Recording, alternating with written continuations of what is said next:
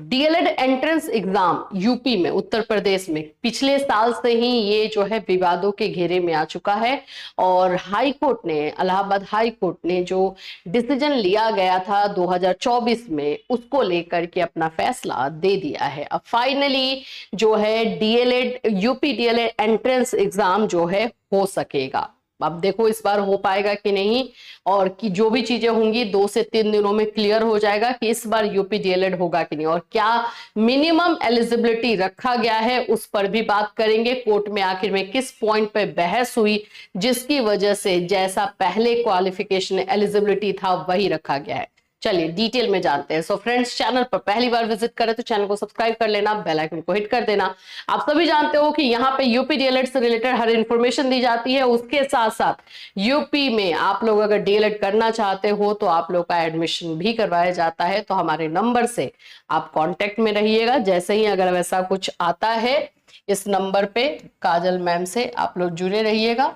कोई भी चीजें अगर आती हैं एडमिशन को लेकर के तो सारा इंफॉर्मेशन आप लोगों को दे दिया जाएगा, ठीक है।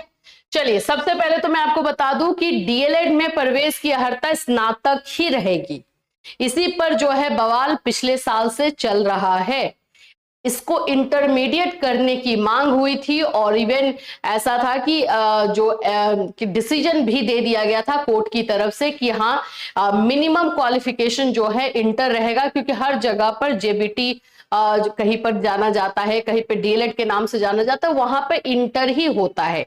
तो यहाँ पर ग्रेजुएशन के बेसिस पे क्यों डीएलएड में लिया जाता है, तो इसको लेकर के बहुत सारी चीजें हुई। लेकिन फाइनली जो है हाई कोर्ट ने डिसीजन जो है ग्रेजुएशन के फेवर में ही दिया कि नहीं स्नातक ही रहेगी। इस पर क्या पॉइंट दिया है मैं आपको बता दूं। यहां पर यह बोला गया है कि एनईपी सहायक अध्यापक नियुक्ति की निर्धारित अर्हता की अनदेखी नहीं की जा सकती। न्यूनतम अर्हता तय करने के सरकार के अधिकार पर विवाद नहीं है। मतलब सरकार का भी डिसीजन अपना हो सकता है। हाँ, ये जरूर है कि एनसीटी का जो मिनिमम क्वालिफिकेशन है उसको ये नहीं तोड़े, मतलब उससे नीचे ये नहीं जा सकते हैं। लेकिन अगर ये चाहते हैं कि हाँ हम ऊपर में रखें, जैसे कि एनसीटी का नियम है आप लोगों का इंटरमीडिएट यानी कि 12th बेसिस पर जो है डीएलएड हो, लेकिन अगर यूपी गवर्नमेंट ये चाह रही है कि नहीं हम जो है ग्रेजुएशन बेसिस पर ही डीएलएड करेंगे, तो ये भी गलत नहीं है, ये हाई कोर्ट ने कहा है। क्योंकि वो मिनिमम क्वालिफिकेशन जो एनसीटी की तरफ से तय किया गया उसको तोड़ नहीं रही है और तो और अपना हाई स्टैंडर्ड सेट कर रही है, तो उसमें कोई दिक्कत नहीं है। यहां पर भी आप देख सकते हो सरकार की दलील क्या थी। यहां पर सरकार का कहना था कि उसे न्यूनतम अर्हता तय करने का हक है जिसके तहत स्नातक में 50% अंक निर्धारित की गई है, बेसिक शिक्षा नियमावली के अनुरूप है, एनसीटी के मानक का उल्लंघन नहीं है। यही बताया गया कि एनसीटी ने रूल जो मिनिमम बताया है कि 12th पास होना चाहिए उसका उल्लंघन हम नहीं कर रहे, हम अपना एक स्टैंडर्ड सेट कर रहे हैं, ठीक है।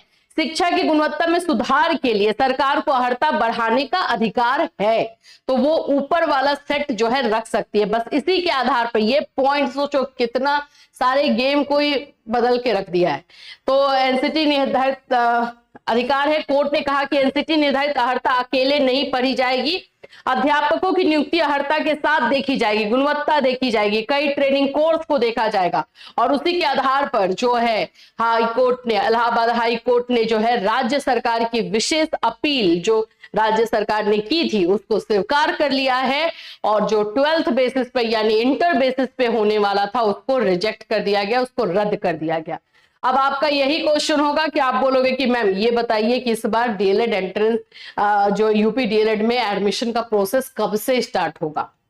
अब देखो ये 2-3 दिन में क्लियर होगा। अभी तो कल का ये था, कल की मीटिंग थी, कल का ये जो है हुआ है, कल में डिसीजन आया है। अब आप लोगों को 2 से 3 दिन में क्लियर हो जाएगा कि इस बार आप लोग का डीएलएड यूपी से डीएलएड इस बार होगा नहीं होगा, होगा तो कब होगा, ये सारी चीजें क्लियर होंगी। तो जैसे ही क्लियर होगा वैसे हम हैं आपको बताने के लिए, सारी इंफॉर्मेशन आप लोगों को हमारे इसी चैनल के माध्यम से दे दी जाएगी। तो हमारे साथ बने रहिएगा। फिर मिलूंगी, till that take care everyone.